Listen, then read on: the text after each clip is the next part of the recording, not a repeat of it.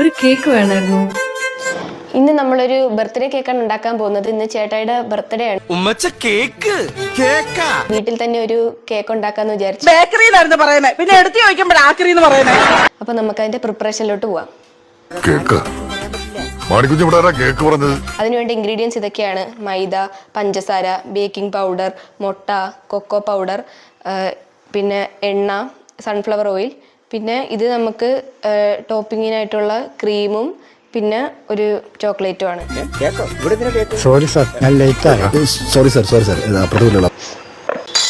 ആദ്യമായി നമ്മൾ 3 മുട്ട പൊട്ടിച്ചൊഴിക്കുന്നുണ്ട്.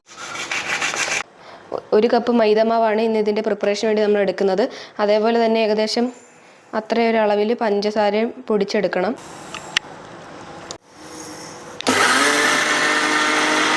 പഞ്ചസാര നന്നായിട്ട് പൊടിഞ്ഞു വന്നിട്ടുണ്ട്. ഇനി അടുത്തതായിട്ട് ഈ മുട്ട ബീറ്റ് ചെയ്യാണ്.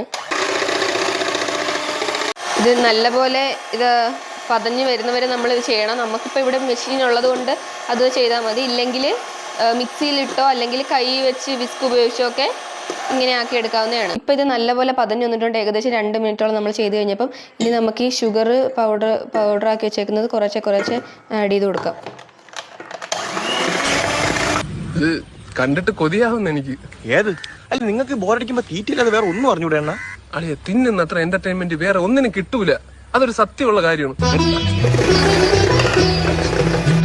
ഇനി പഞ്ചസാരയും മുട്ടയും ബീറ്റായി കഴിഞ്ഞു. ഇനി നമുക്ക് കുറച്ച് മൈദ ഇടാം കേട്ടോ. കുറച്ച് കേക്ക് കട്ട് ചെയ്യണം കേട്ടോ. എന്റെ ജീവിതത്തിൽ ആദ്യമായിട്ടൊരാൾക്ക് കേക്ക് ഒക്കെ മേടിച്ചു. അയ്യോ അങ്ങനെയല്ല, ഗ്ലിക്കേഷ് ഞങ്ങൾക്ക് കേക്ക് വാങ്ങിച്ചായിരുന്നു. അതവിടുത്തെ പരിപാടിയാ? ഇവിടുത്തെ പരിപാടി.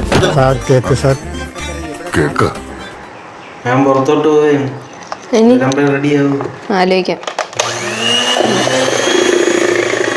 നമ്മുടെ ബാറ്റർ ഏകദേശം റെഡിയായി. നമ്മൾ എണ്ണ ഒഴിച്ചിട്ടില്ല, കാരണം ഇപ്പം തന്നെ ഒരു ലൂസ് ആയതുകൊണ്ട്. പിന്നെ കുറച്ച് അത് വേണമെങ്കിൽ ഒഴിച്ചാൽ മതി, ഞാൻ എണ്ണ ഒഴിച്ചില്ല. ആവശ്യമനുസരിച്ച് ഒരു ഇച്ചിരി ഉപ്പ് വേണമെങ്കിൽ ഇടാം.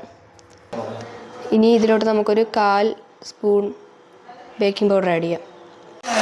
മെക്കാടെ അടുത്ത് നിൽക്കണം കേട്ടോ. നമ്മുടെ കേക്ക് ഏകദേശം ഒരു റിബണിലേക്ക് കൺസിസ്റ്റൻസി ആയി. ഒരു പേപ്പറിനെയാണ് നമ്മൾ ബട്ടർ പേപ്പറാക്കി മാറ്റാൻ പോകുന്നത്. അപ്പോൾ ആ ഷേപ്പിൽ കട്ട് ചെയ്തെടുക്കാം. ഈ പേപ്പറിനെ ബട്ടർ പേപ്പറാക്കി മാറ്റാൻ സിമ്പിളാണ്. കുറച്ച് എണ്ണ അതിൽ തടവി കൊടുക്കണം. നമ്മുടെ ഇൻഗ്രീഡിയൻസ് എല്ലാം വെച്ചിട്ടുള്ള ബാറ്റർ റെഡി ആയിട്ടുണ്ട്. ഇനി നമുക്ക് ബാറ്റർ ഈ പ്ലേറ്റിലോട്ട് ഒഴിക്കാം.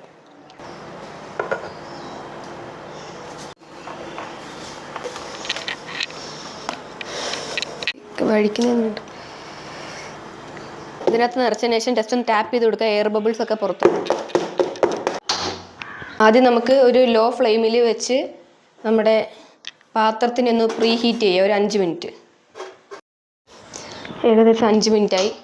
അപ്പോൾ ഇത് ചൂടായതിന് ശേഷം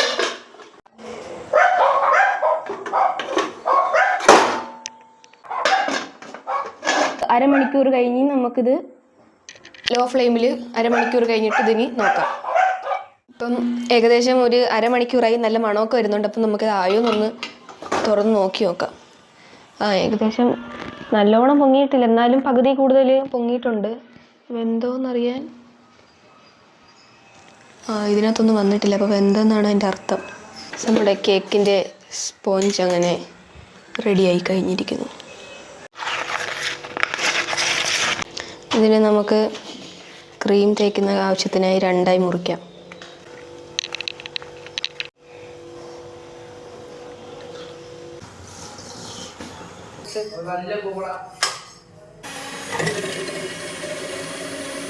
ഇപ്പം നമ്മൾ ഷുഗർ സിറപ്പാണ് ഇതിൽ വെച്ച് കൊടുക്കുന്നത്. ഈ ബേസ് നല്ല സോഫ്റ്റായിട്ട് ഇരിക്കാൻ വേണ്ടിയിട്ടാണ് ഇത് ആഡ് ചെയ്ത് കൊടുക്കുന്നത്. നമ്മുടെ ഫ്രഷ് ക്രീം നമുക്ക് ആഡ് ചെയ്ത് കൊടുക്കാം. യഥാർത്ഥത്തിൽ വിപ്പിംഗ് ക്രീമാണ് തേക്കേണ്ടത്. നമുക്ക് വിപ്പിംഗ് ക്രീം കിട്ടാത്തത് കൊണ്ട് ഫ്രഷ് ക്രീം ആയതുകൊണ്ടാണ് ഇതിങ്ങനെയൊക്കെ ആയിപ്പോയത്.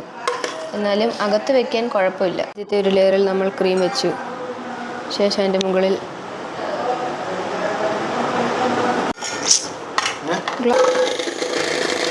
നമ്മൾ ആഡ് ചെയ്യുന്നത് ചോക്ലേറ്റ് കേക്ക് ആയതുകൊണ്ട് കൊക്കോ പൗഡർ ചേർത്ത് ബീറ്റ് ചെയ്തെടുത്ത ക്രീമാണ്. ക്രീം കുറച്ച് ലൂസാണ്, എന്നാലും കുഴപ്പമില്ല. ഇത് നമ്മുടെ ഡയറി മിൽക്ക് ഇങ്ങനെ ആക്കി വെച്ച ഡയറി മിൽക്കാണ്.